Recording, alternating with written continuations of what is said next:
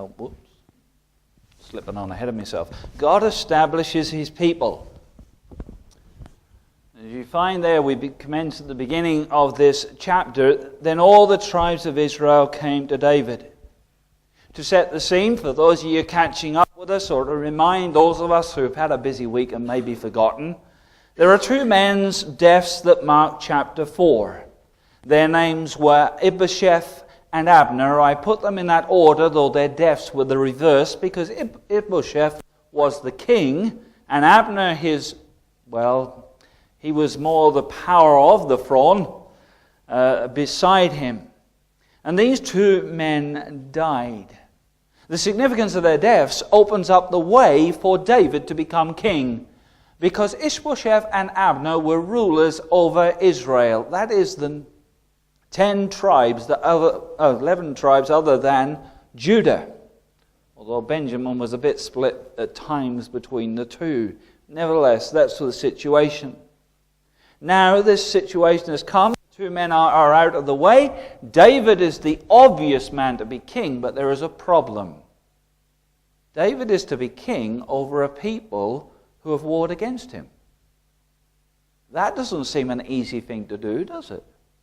They have literally taken up arms against him. They have shouted against him. They have backed Ishbosheth and Abner, and they have followed them and said, no, we'll not have David as our king, even though they knew that was God's will. They have warred against him. And so the question comes, at least to my mind as I think of this, well, how then will David be able to rule over this people who have rejected him, and now they want him to be king? How will this all work out? And chapter 5 of 2 Samuel shows us this in a summary form, as God establishes David as his king of Israel. It's God who is the power behind David's throne, not Abner, as he was behind Ishbosheth, but God. God has brought David this far, and God will take David on. And so we have this summary. If you think of this, an application of it in our lives, we're going to look this evening.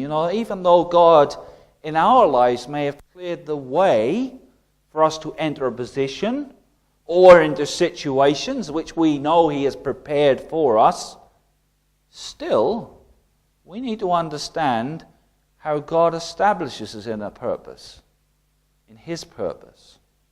We can be in a place, in a situation, but we don't really we belong there or accepted there until God establishes us in it.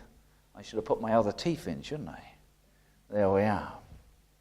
So let's look first of all at the ascendancy to rightful position. The ascendancy to rightful position. For this is the pattern of the chapter as we open it up. David went on and became great. You could summarize the chapter in that way. There is a moving forward. You know what ascendancy is? To get higher, to move upwards. And so it is with David. He is already king over Judah. He has been accepted by his own kinsfolk, his own people. But now as the chapter opens up, we find that the tribes of Israel, who are separate at this point from Judah, come to David at Hebron. Hebron's his capital city, the place he has been at home and remained, at least as it was told to us or recorded to us in the previous chapters. They come to him and they immediately seek to break down the barrier they have built between David and themselves, saying, we are your bone, your flesh. We are the people of Jacob. Now Jacob was the father of the 12 sons, his sons. He was called Israel himself by God. We are then your family. We are your relatives. We are like you. So you can't hate us. Let's tear down the barrier.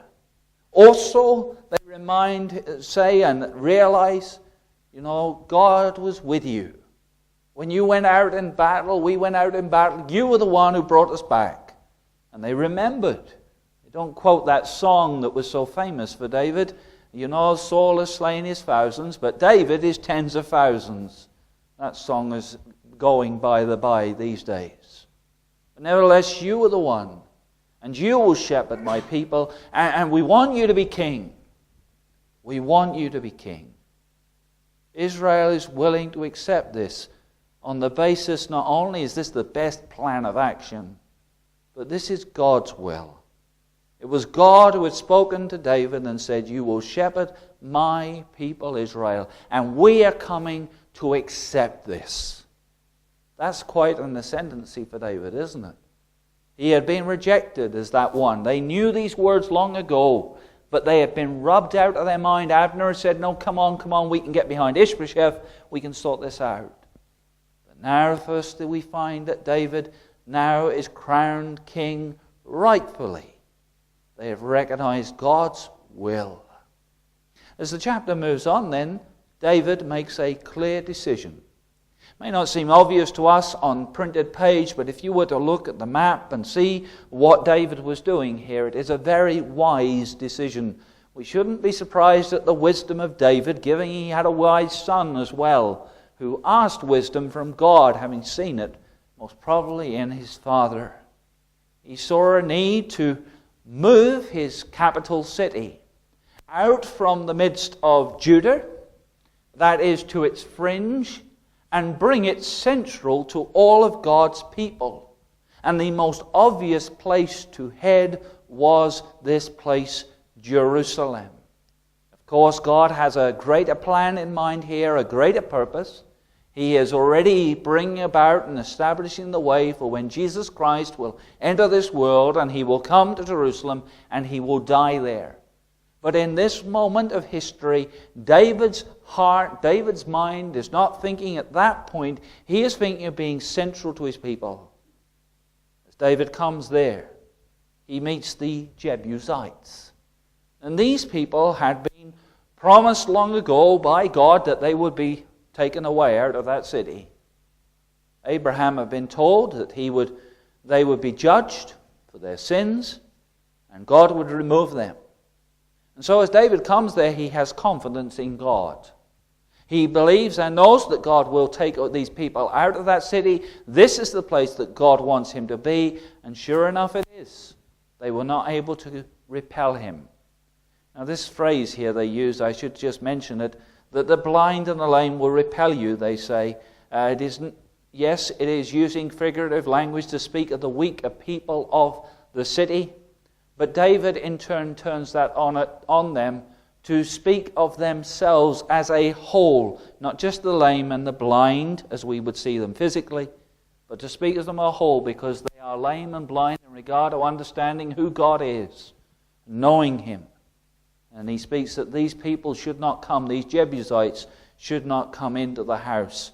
It is not that the lame or the blind should not enter such a place, enter into that city, because we find in another chapter, it is David who brings Mephibosheth, a lame man, to his table. But it is the crying of them. So David takes this city. It is his captain Joab who goes up that water shaft into the city. The walls of the city were seemingly impregnable, but there is always a weak spot in this city because there's no natural source of water within its walls. And so water has to be brought into it. And so it is in this occasion they climb up a very dangerous route into the city, but nevertheless effective route, and he takes it. And he is now enthroned as king. So he was crowned as king by Israel back in the city of Hebron. He has moved them to Jerusalem, and now this is David's city. This is his royal dwelling. This is his place. He is enthroned. And then there is a wider recognition of David that follows. It is Hiram, king of Tyre, who sends messengers to him with the intention of saying to David, I want to build you a house. That's a generous offer from a foreign king, isn't it? A man of wealth himself, he is well known for his skilled tradesmen, his carpenters and his masons, and also the quality of his timber is also noted, the cedar which he provides. And he sends and he builds David a house. And this again is part of the ascendancy that we see here of David being king in Jerusalem, being king of Israel. The nations around understand this. And this man takes his opportunity to say to David, I recognize you as king. I will build you a royal house to dwell in. So there's a recognition. And then the third part of this chapter is the defense of the king by God. The Philistines, this is the news they were hoping for. Not so likely it wasn't. David is the great stabber in the backer in their minds. He's the man who came into battle with them, and they wouldn't trust him as far as they could see him, so they sent him home. And from that point on, they were proved right. He went back to his people Judah, and now he's been their king, and now he's Israel's king. And the Philistines say, right, we're going to have this man done away with before he gets established. But you cannot fight God. When they turn up at David's front door, all the Philistines, it says, they came to David's front door and they knocked on the door and said, get out of your house. Basically, we wanted to kill him. David comes and inquires of the Lord. He wants to know God's will here. What shall I do? David inquired, shall I go against the Philistines? Will you deliver them? And here comes the clear will of God. Go up. For I will doubtless, there was no doubt in the decision given, the word given to him, whether by prophet or by the means of the Urim and Thummim, he would doubtless take the Philistines. And so it was, he met them in a place. And the two armies are met together, and you can imagine David's men lining up, because this is the first proper battle we've heard of. They've been fighting one another up until now, Israel and Judah, but they've made peace now. But this is the first war there has been with the Philistines that we have record of since Saul was killed in battle along with his sons, and Israel was completely confounded. And David lines up his men. And you can imagine the scene as David describes it. The Lord has broken through my enemies like a breakthrough of water. You remember the crossing of the Red Sea and how the water split in two.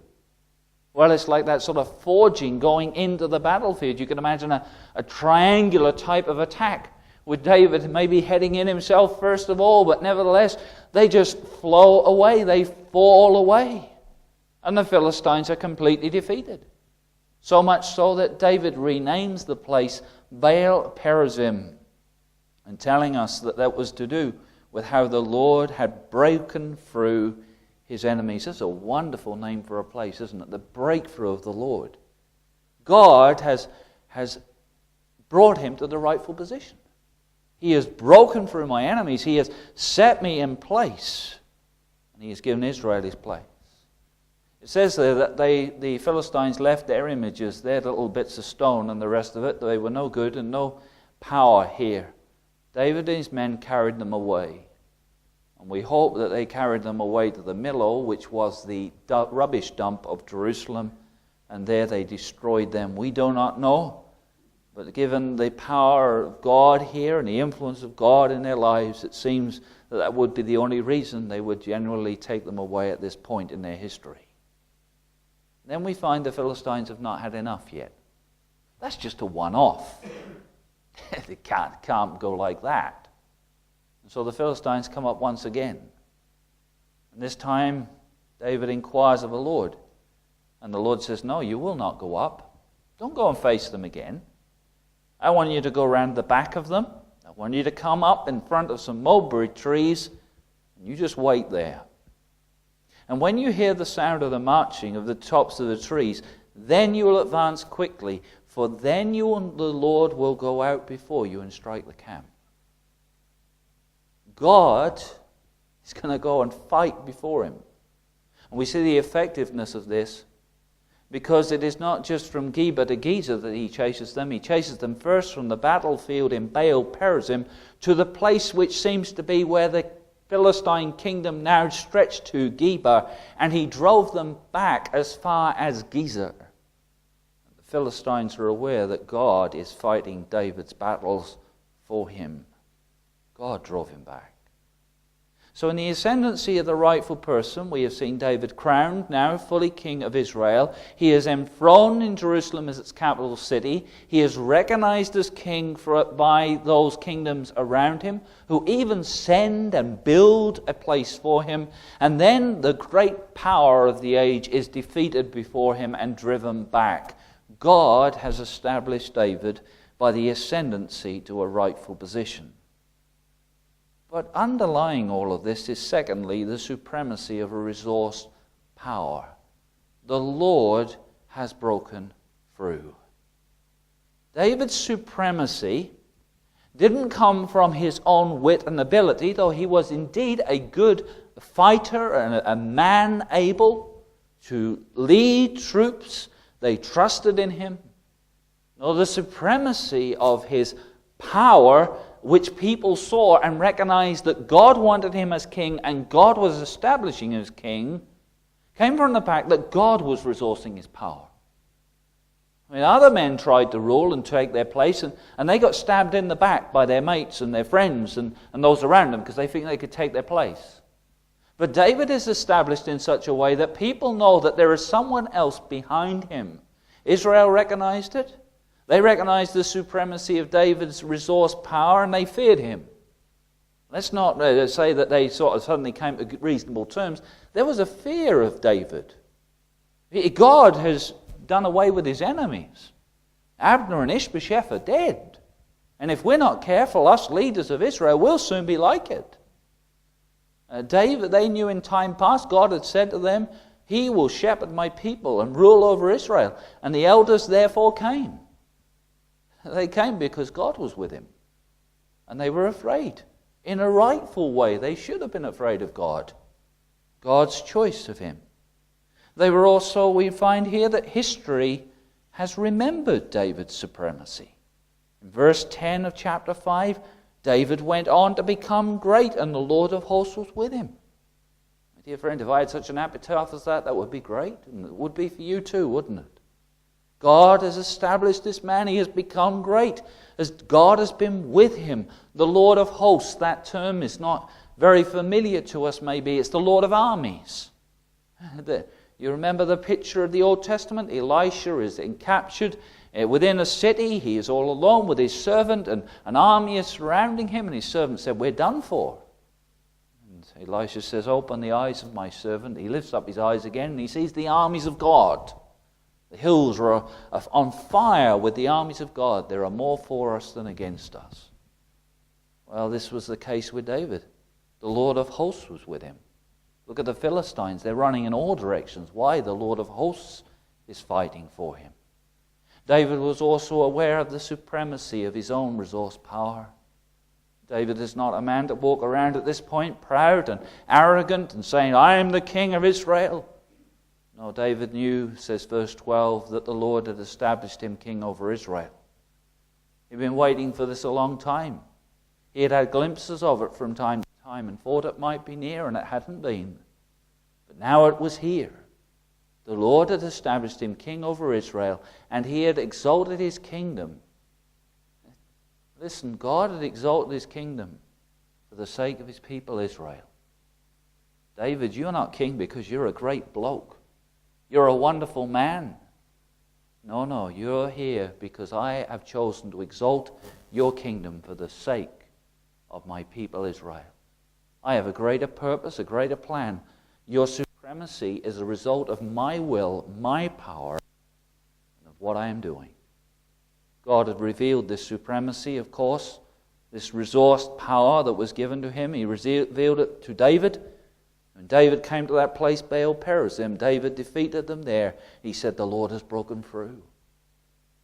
He could work out a strategy, couldn't he? He could see how a battle should be fought, but this was different. It was such an overwhelming defeat. He knew it was not he and his skill of his men that had broken through. No, the Lord. The Lord has broken through. Just like the Red Sea parted before God, so it is here. You broke in. He said, shall I inquire the Lord? And inquired again that second time about the Lord. He says, come in front of the mulberry trees. What does David know here? He's not even allowed to make the battle plan on the second occasion, is he? God gives him the battle plan. And God says, wait until I've begun to fight. Wait until you hear the armies marching in the tops of the mulberry trees. Then you shall go out and be quick about it, because I'll be finished before you get there. God was fighting. The Philistines knew it as well. You imagine the border with Israel would have been quite had a garrison probably at every station and had resources there, but men and women were fleeing for their lives as they ran to anywhere where David would stop chasing them, because the Lord was with them. You can't create a panic like that with just a few men fighting. The Lord was with him. Dear friends, we should not underrate the power that comes with David's the supremacy of resource power. You could line up the two armies, Israel and the Philistines, on any given day without God, and they would have fought one another, and probably the Philistines would have come out on top. They were fighting people and strong people. Maybe David would have won. But when you line them up and God is on the battlefield, the Philistines are swept aside by a mighty power. So there is ascendancy to a rightful position. We've seen that. God has brought David to be king of Israel, established him, and he's shown to be that. And then there is this supremacy of the resource power. It has not happened because David has simply been allowed to get on with it. But God has literally been in the circumstances and doing these things, and history records it. David knows it, and all around him know it. Which brings us to consider in our application the dependency of a raised person. David knew that the Lord had done it. I mean, he got his sword, he got his armor, he got his strength, he got his men. But David came back from the battlefield and knew that the Lord had done it. When he went into Jerusalem, although he'd sent his men and he strategically planned for them to go up the water spout and all these things, still he knew the Lord had done it. When he saw the Israelites come to him and bow down before him and say, "We want you to be a king because the Lord has said, shepherd us," he knew the Lord had done it. The Lord had established. And he knew from seeing these things that his life depended on God. Now he knew this in part in the past, didn't he? Because Saul's life had been swept away because he had disobeyed God. He had not walked with God. He'd had opportunity. He hadn't done it. But he also saw it in his own practical life. God has established him. As God established him, David learned the person established by God must be dependent on God. So let's consider that for a moment. God has made some of us parents. Did you consider this? But we need God to establish us as parents. Anyone seemingly under God's will can have children and become parents. You don't even have to pass a license for it, do you? We laugh about it. It seems to be so simple. It is not that simple. I have to say that. It is not that simple. It is a miracle of God and a wonder. But we may become parents, but it takes God to establish us as parents. See, the world around children completely confounds them. There is so much they are taught and influenced by. There is more direct influence maybe on them than any other age that we have had through the internet and television, education, all these many things. And a parent is the primary person in those children's lives. At least that was how it was when many of us grew up. For that influence, that true influence that a parent should have through God's grace and bringing them up in the fear of the Lord, it is God who must establish that. The world will always draw the eyes of our children away the same as it will our own eyes. It will take our eyes to the things we want and desire and all that. They're no different to us, but they need protection. So the Lord must establish our influence, and not with our strength. Although it says not to spoil the child, we shouldn't spare discipline in the right way, the proper way. But we cannot enforce this establishment. It must be given of God. Given by them seeing that God is with us. And God is speaking through us. And God is caring for them through us. And God is loving and protecting them through us. Therefore it must be God. We are dependent as parents, then we are to be dependent as parents, as much as David was to be dependent as king of Israel. for God to establish us as parents. Let's consider God has given some of us employment. Well, he's given all of us employment in one way or the other. There's not such thing as retirement, really, as there is always something to be done and something in life. But you know what it's like if you come into a workplace and suddenly they work out you're a Christian. And suddenly they think, well, you must have a second head hidden somewhere about your being, or you must have an extra thumb or finger somewhere about. You're a little bit peculiar. We find then, and we remember then, that God will need to establish us with our employees, as employees. Respect. You see, Christians are a bit strange, or a bit peculiar in this society. They're outdated, outmoded. You're not quite right. You're killjoys. You want to ruin all our fun and all these things. You don't agree with what we do on a Friday night and all that other stuff. And we have no respect among our colleagues naturally. But God is able to establish us as employees. When we simply live our lives according to his standards and seek to live them out aright, it is God who is able to give us respect, proper respect among them, not because we deal with them harshly or unkindly or are seeking to show off our own abilities, but because we genuinely care, we genuinely work, and, well, we're genuine Christians. It's God who can establish us as employees, as people working like other people in this world. Yet God is with us. It's not just something we've fallen into to be a Christian. We're not peculiar and odd in that sense, although we are a peculiar people in the Lord. Also, God has provided us education, and we need God to establish us as students.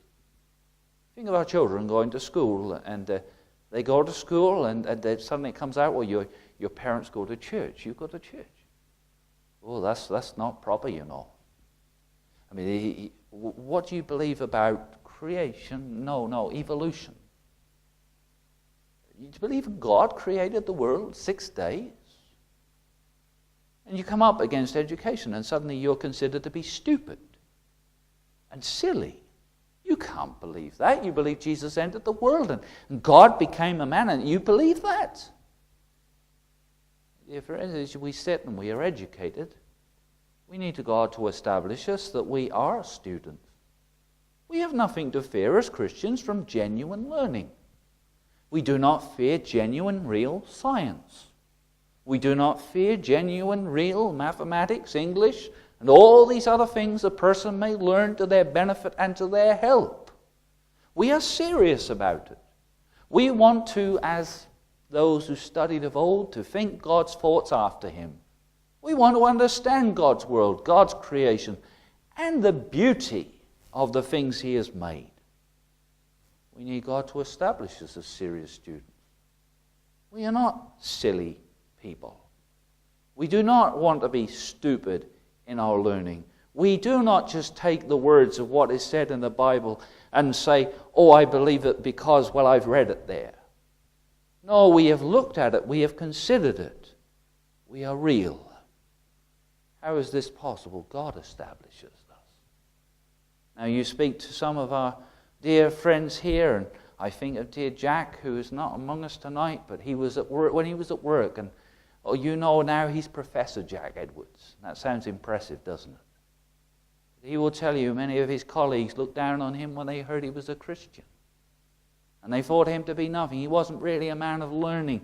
He didn't really want to apply. But through the things he worked with and those he worked alongside, God established him as serious about knowledge. Let's bring this to the broader sense that involves all of us here this evening if we are Christians. God has raised us as a church.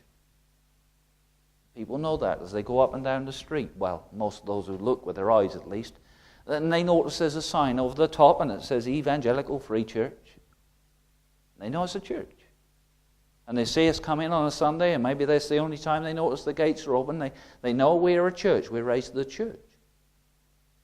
But it doesn't really matter to them. It doesn't really bother them. That's just a group of people who meet together on a Sunday, and well, they go about their thing, and they're there, and that doesn't really worry me. No, my dear friends, what we need is God to establish us as a church. establish us as a body together, as a people here. Absolutely rightly, that is exactly right.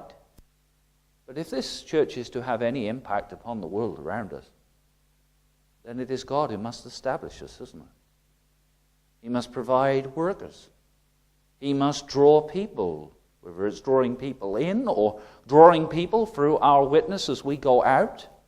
He must provide and establish effective preaching and teaching. Not just preaching and teaching, that can happen, but effective preaching and teaching. If we are to be established, it is God who must do it. Whether it is in the practicalities of our lives as Christians or as the body of believers, we need, as David saw in his life, God to establish him. He saw it in the way that he ascended. It was not his planning purpose. It was God who brought him through, crowned him, throned him, brought him with recognition, and defeated his enemies before him. It was God's supremacy of his power, and it was his dependency on God that we see recorded here. It is not the praise of David. It is God's praise. But 2 Samuel 5:12 says, He has exalted His kingdom for the sake of His people Israel. Hey, this ain't about me. This is about God. That's why I read those words from Psalm 115. Not unto us, O Lord, not unto us, but to your name give glory, because of your mercy, because of your truth.